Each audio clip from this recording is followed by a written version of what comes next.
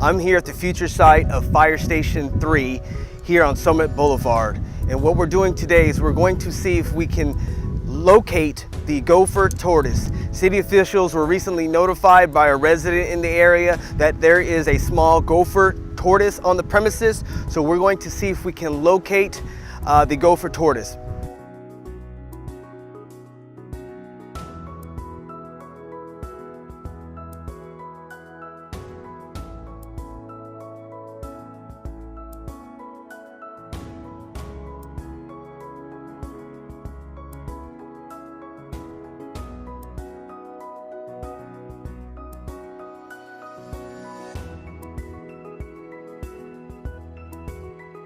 They actually have this Gopher Tortoise burrows, one of the burrows marked here out in the middle of the field, and I am standing actually looking at one of the Gopher Tortoises. So I'm not going to mess with him at all. I just wanted to come and get a couple of pictures and get some videos of this guy.